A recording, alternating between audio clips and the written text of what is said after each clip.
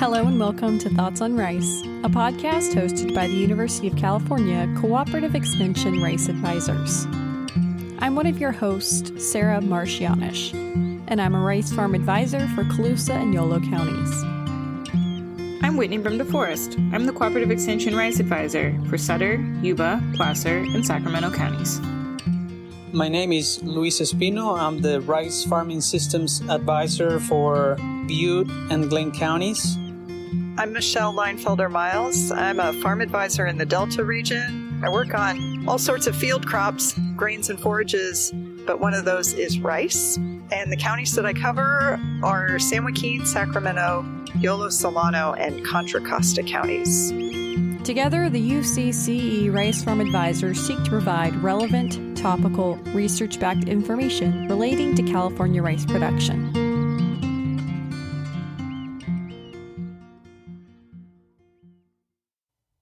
Today we'll be continuing on a bit of a theme, in a way, continuing on from our previous podcast episode, which was with Billy Abbott talking about the bird conservation programs that are upcoming this winter.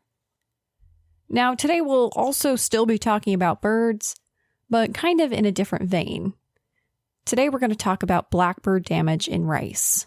And in case you're not familiar with it, blackbirds and rice are typically not a great combination. This episode is modified from a blog post that I did recently about blackbirds and rice, which can be found on the UC Rice blog for more information. Stay tuned to hear more about blackbirds and rice.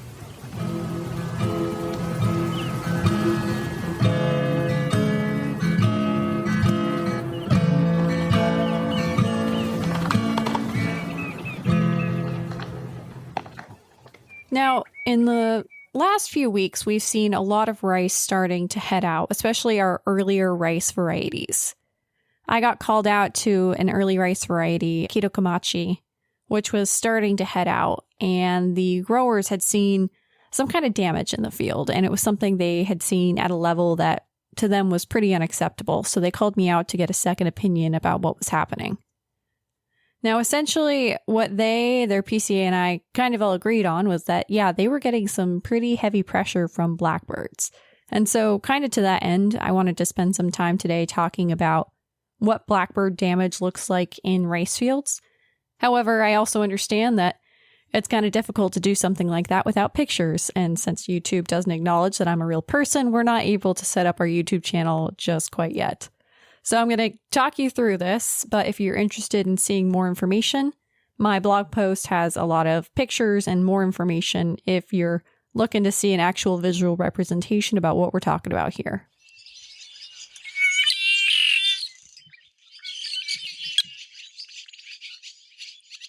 This is a pretty distinctive bird song, and it's indicative of the male red-winged blackbird.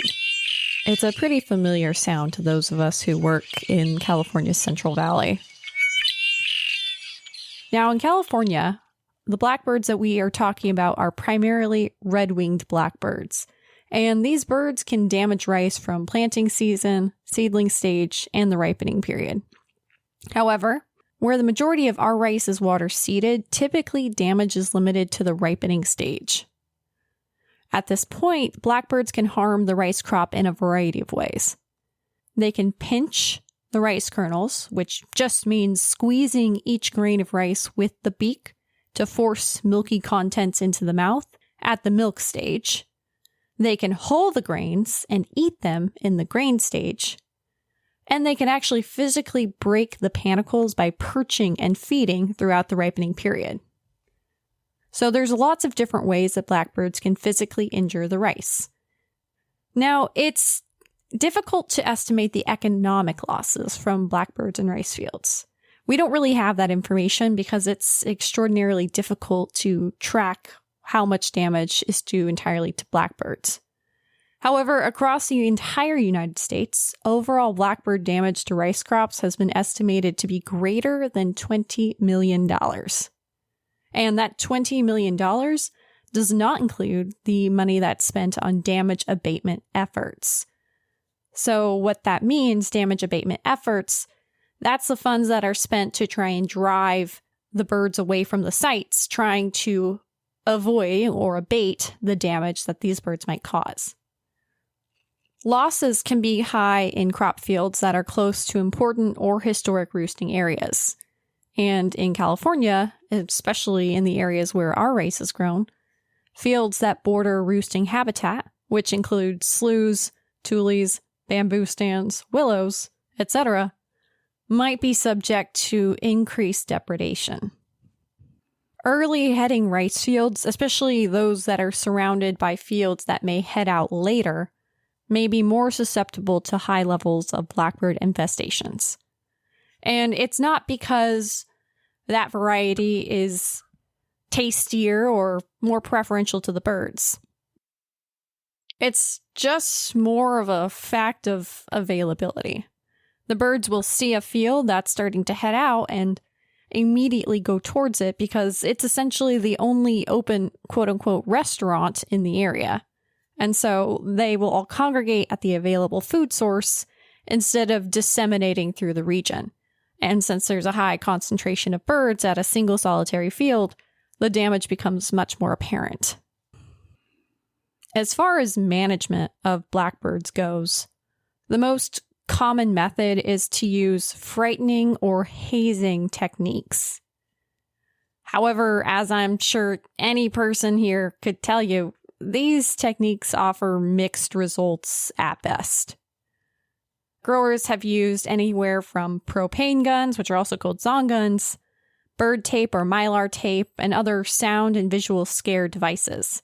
There's actually some really interesting work in some regions where people are using drones to attempt to frighten pest birds. And then in other areas, people are trying to use lasers in a form of laser scarecrows in order to attempt to reduce the damage affected by these birds. And I'll include links to these in the show notes. However, birds are really smart. And so the birds can actually become habituated to these disturbances as they notice over time that, okay, yeah, it might be a loud noise, but there's nothing actually harming me. So these techniques can have, at best, mostly just short-term effectiveness. In order to be effective, hazing techniques have to be implemented as soon as birds appear in the field, because otherwise it could be too late and the birds will just become habituated and have almost no reaction to them. An option I've seen in some of our fields around here is people will get some inflatable tube man, kind of like the big inflatable floppy guys you see outside of car dealerships. And those also have mixed results, but they're pretty cool to see out there on the side of the road. When it comes to the protections that birds have in the United States, it gets a little complicated depending on which blackbird species you're talking about. As a group, blackbirds have some protections under the Migratory Bird Treaty Act. However, through a federal depredation order, which is 50 CFR 21.43, which was issued by the U.S. Fish and Wildlife Service, people are authorized to lethally take some blackbird species when they're involved in certain damage situations without a federal permit. So, under this order, the red-winged blackbird is allowed to be lethally taken. And here again is that call of the red-winged blackbird.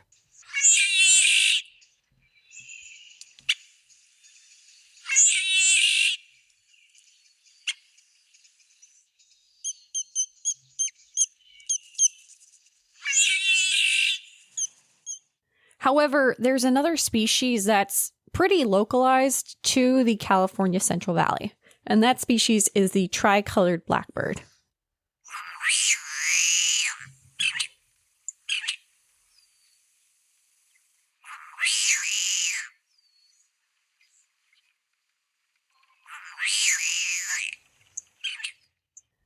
And again, this is an audio medium, so it's going to be hard to tell the differences. But again, you can go and look at photos of these on our blog post, which will be linked in the show notes. Essentially, the red-winged blackbird and the tricolored blackbird look extremely similar. Breeding male tricolored blackbirds have a distinctive red shoulder patch bordered by a white band below that red patch, whereas breeding male red-winged blackbirds have a shorter bill with a yellow stripe below the reddish-orange patch. However, I'm looking at a picture of these two birds side by side right now, and it's pretty difficult to tell the differences between them. When it comes to the females, there's a little bit more of a distinction between the two of them. The female tricolored blackbird has a thicker body with a slender, pointed bill, dark gray-brown overall with dark streaks on the back and belly, and most notably, a pale eyebrow. Whereas the female red-winged blackbird is stocky, more of a broad-shouldered bird with a conical bill, and a yellowish wash around the face. I'd like to note here, I didn't know this until I started researching this, but female red-winged blackbirds in California often have a more cinnamon tone to their color, so they might look a little more reddish. So, why are we talking about the differences between these birds? Essentially, because these birds look so similar, the tricolored blackbird and the red-winged blackbird, even though it is allowable to lethally take the red-winged blackbird, it's really easy to get that confused with a tricolored blackbird, and those are protected and cannot be taken. And so if you are going to lethally take blackbirds that are causing damage, you've got to be really certain you've got the right species. In addition to that, it's a requirement that non-lethal methods to reduce damage by protected blackbirds must be tried each year before using lethal controls. And state laws should also be checked before acting. Now, when it comes to bird species not listed in the depredation order, and again, that's the order that allows for taking of the red-winged blackbird, a migratory bird depredation permit must be obtained from Fish and Wildlife Services, and state law should be consulted and adhered to prior to initiating actions to remove birds. For the most up-to-date information regarding the taking of birds of any type, consulting your local ag commissioner should have the most up-to-date information. Now, in the Mid-South region, LSU Ag Center research that was funded by the Louisiana Rice Farmers Checkoff actually led to federal approval of a bird repellent called AV 1011 that prevented birds from eating the rice seed once it's planted.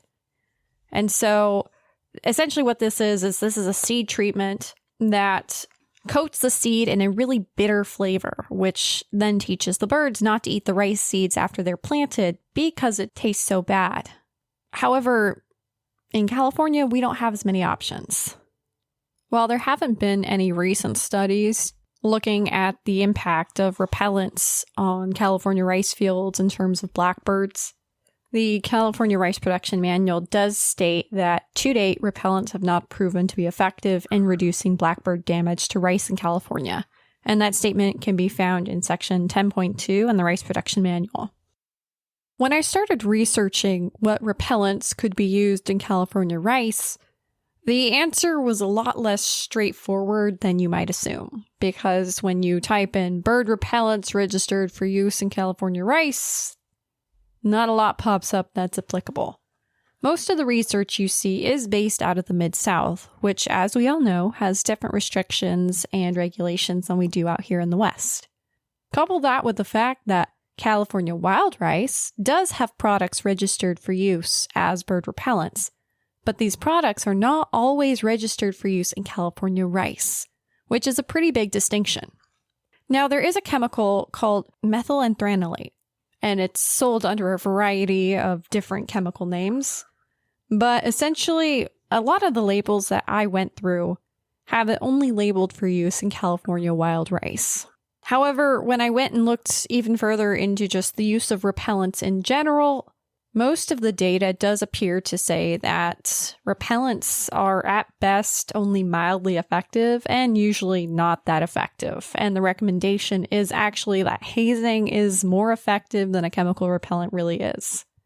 So I'm going to keep looking into this. If we can find any more information, I'm going to maybe post an addendum, maybe add something onto a blog post. But as of right now, I think we can just leave this with, if you've got blackbirds, your best option is to keep an eye out, make sure that you're see exactly when the birds start to show up in the fields, and then start using hazing techniques.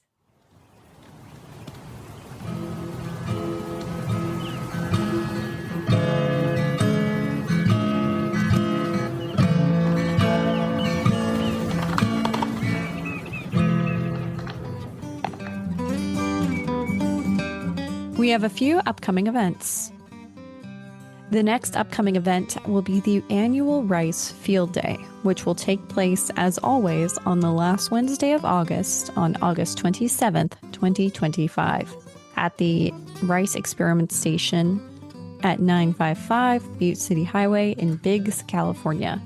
This will feature talks from breeders, talks from our UC Rice specialists and advisors, and a delicious lunch.